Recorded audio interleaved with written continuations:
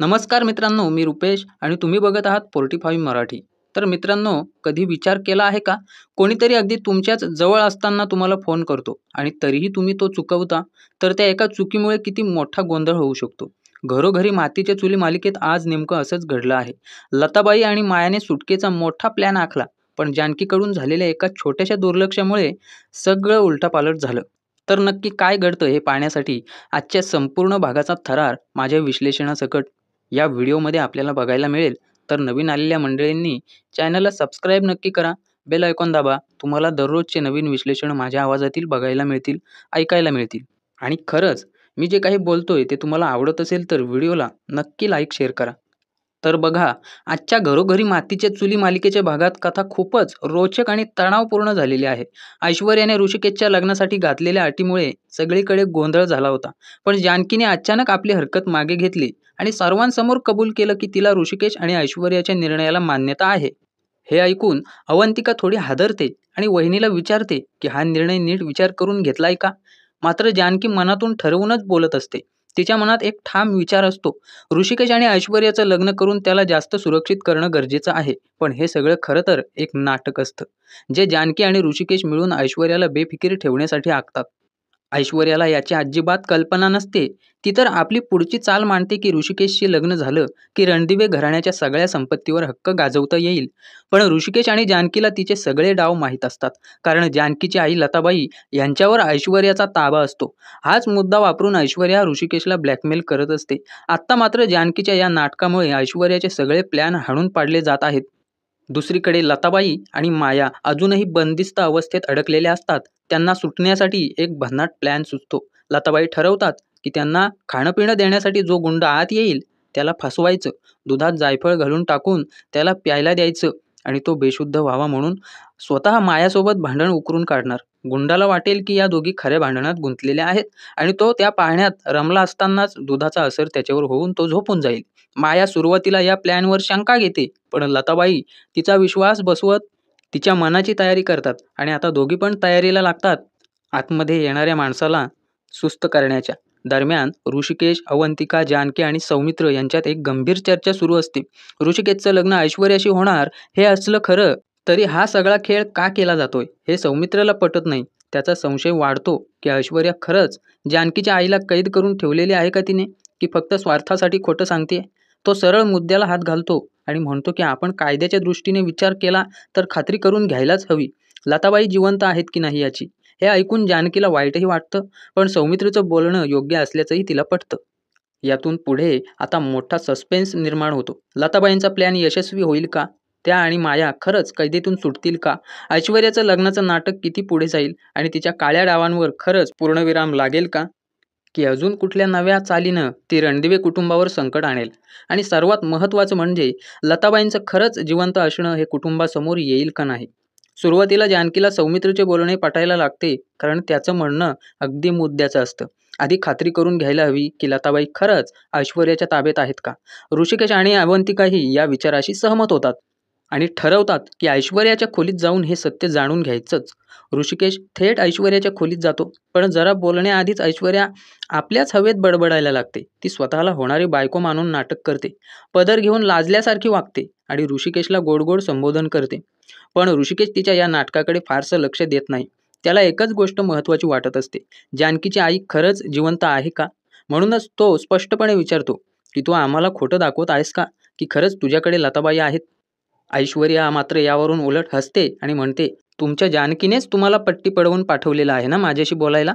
पण मी तुम्हाला खरं सांगते, जानकीची आई माझ्याकडेच आहे. एवढंच नाही तर ती आपला मोबाईल काढून एक व्हिडिओ दाखवते, ज्यामध्ये लताबाईंच्या डोक्यावर बंदूक रोखलेली असते आणि त्या बांधलेल्या अवस्थेत दिसतात. पण ऋषिकेशला शंका येते, हा व्हिडिओ जुना आहे का, कारण त्याला खात्री होत नाही की हे सगळं अजूनही चालू आहे का. तरी सुद्धा तो शांत राहतो, कारण त्याला ऐश्वर्याच्या तोंडून सत्य ऐकायचं असतं. दरम्यान तिकडे लताबाई आणि माया आपल्या कैदेतून सुटण्यासाठी प्रत्यक्षात आपला प्लॅन आखतात. गुंड माणूस त्यांना खायला आणतो आणि लताबाई अगदी लाडीगोडी लावून त्याला दूध पिण्यासाठी तयार करायला पाहतात. पण तो चतुर असतो. त्याला आधीच इशारा दिलेला असतो की या बायकांनी काही खायला प्यायला दिलं तर ते घेऊ नकोस. त्याच्यामुळे तो सरळ संशयाने बोलतो, काही टाकलंय का दुधात. लताबाईंचं मन वळवण्याचं नाटक त्याला थोडं विचित्र वाटतं, पण माया चटकन हुशारी दाखवते. ती म्हणते, ठीक आहे, तू नाही पितोस तर आम्हीच पितो. एवढ्या मेहनतीने बनवलेलं दूध वाया जाऊ द्यायचं नाही. मग लताबाई आणि माया दोघी दुधाचे घोट घेतात, ज्याच्यामुळे त्या गुंडाचा संशय दूर होतो. त्याला वाटतं खरंच या मनापासून वागत आहेत, काहीही कटकारस्थान नाही याच्यात, दुधामध्ये काहीही टाकलेलं नाही. पण तरीही तो थेट मागत नाही. लताबाई पुन्हा मायेने त्याला जवळ ओढतात. म्हणतात, बाळा, एकदा तरी घेऊन बघ. इतकं ऐकल्यावर त्याचा संशय हळूहळू वितळतो. लताबाई, मायाची खरीखुरी मेहनत आणि आपुलकी पाहून तो शेवटी तयार होतो दूध पिण्यासाठी. आणि हेच क्षण ठरतात पुढच्या घडामोडींसाठी निर्णायक. इथून पुढे मालिका प्रचंड सस्पेन्समध्ये जाते. जर तो गुंड खरंच दूध प्यायला लागला तर त्याचं स्वातंत्र्य अगदी जवळ आहे. पण जर त्याने शेवटच्या क्षणी शंका घेतली असती तर लताबाई आणि मायाचा सगळा प्लॅन कोसळणार होता. त्याचवेळी ऋषिकेशकडेही मोठा प्रश्न उभा राहतो. ऐश्वर्याने दाखवलेला व्हिडिओ खरा की खोटा? आणि जर खरा असेल तर लताबाई कुठे आहेत? त्यांना वाचवणं कसं शक्य होणार? लताबाई आणि मायाने आखलेला प्लॅन शेवटी प्रत्यक्षात उतरतो. गुंडाला दूध प्यायला भाग पाडण्यात त्यांना यश येतं. सुरुवातीला तो सावध होता, पण लताबाईंच्या गोड बोलण्याने आणि मायाच्या हुशार खेळीने त्याचा संशय पूर्णपणे दूर होतो. दुधातले जायफळ आपलं काम करायला लागतं आणि थोड्याच वेळात त्याच्या डोळ्यांवर झोपेचं ओझं येऊ लागतं. तो अजूनही त्यांना घाबरवण्याचा प्रयत्न करत असतो, ओरडतो. पण लताबाई लगेच ओळखतात की आत्ता त्याला गुंगी चढलेली आहे. त्या मुद्दाम त्याच्यावर ओरडतात आणि त्याचा राग वाढवतात. एवढ्यात तो माणूस ताबा गमावतो आणि सोफ्यावर कोसळून झोपून जातो. हा क्षण पाहून लताबाई आणि माया आनंदाने एकमेकींकडे पाहतात. एकमेकांच्या हातांवर टाळ्या देतात. आता स्वातंत्र्य अगदी जवळ आहे असं त्यांना वाटतं. मायाकडून दरवाजा उघडण्याचा प्रयत्न केला जातो, पण तो बाहेरून बंद असल्याने उघडतच नाही. त्यांचा उत्साह पुन्हा निराशेत बदलतो. तरी सुद्धा लताबाई हार मानत नाहीत. त्या लगेच नवीन कल्पना सुचवतात. झोपलेल्या गुंडाच्या खिशातून मोबाईल काढण्याचा प्लॅन आखतात.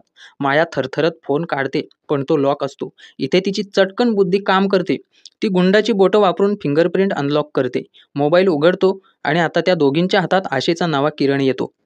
लताबाई त्या गुंडाच्या फोनवरून जानकीला कॉल लावतात. थेट जानकीला संपर्क करण्याचा प्रयत्न होतो. पण दुर्दैवाने जानकीचा फोन दूर ठेवलेला असतो आणि तो सायलेंट मोडवर असतो बहुतेक. घरात ती, सौमित्र, ऋषिकेश आणि अवंतिका यांची चर्चा सुरू असते. पण जानकीचा फोन तिच्या जवळ नसल्यामुळे त्यांना या महत्त्वाच्या संकेताची अजिबात कल्पना येत नाही. जर जानकीने तो कॉल उचलला असता तर लताबाई कुठे आहेत याचा धागा लगेच लागला असता.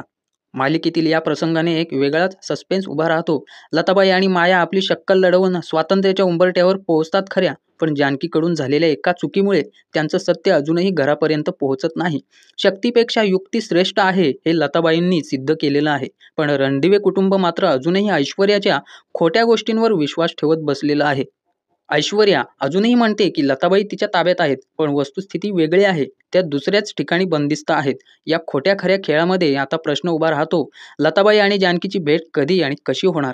ऋषिकेश आणि जानकी आता पुढे कोणती नवी युक्ती लढवतील? आणि सगळ्यात महत्त्वाचं म्हणजे ऐश्वर्याच्या या खोट्या गोष्टींमागे आणखीन कोणाचा हात आहे का? रणदिवे कुटुंबाचा नवा शत्रू तयार झालेला आहे का? मालिका आता निर्णायक वळणावर आहे. लताबाई सुटल्या तरच खरे खोटे उघड होईल. पुढील भागात नेमकं काय घडतं हे जाणून घेण्यासाठी प्रेक्षकांना उत्कंठेने थांबावं लागणार आहे. तर मित्रांनो, हा होता आजचा विशेष भाग, दिनांक 8 सप्टेंबर 2025 रोजीचा. नेहमीसारखा सोपा रिव्ह्यू नाही, तर आज आपण थोडं वेगळ्या पद्धतीने, थोड्या वेगळ्या अंदाजात सस्पेन्सचा धागा पकडून संपूर्ण विश्लेषण पाहिलेलं आहे. उद्या मालिकेत आणखीन काय घडेल हे जाणून घेण्यासाठी तयार राहा. आणि हो, तुमचा अंदाज काय आहे ते कमेंटमध्ये नक्की सांगा. भेटू पुढच्या व्हिडिओत. तोपर्यंत धन्यवाद.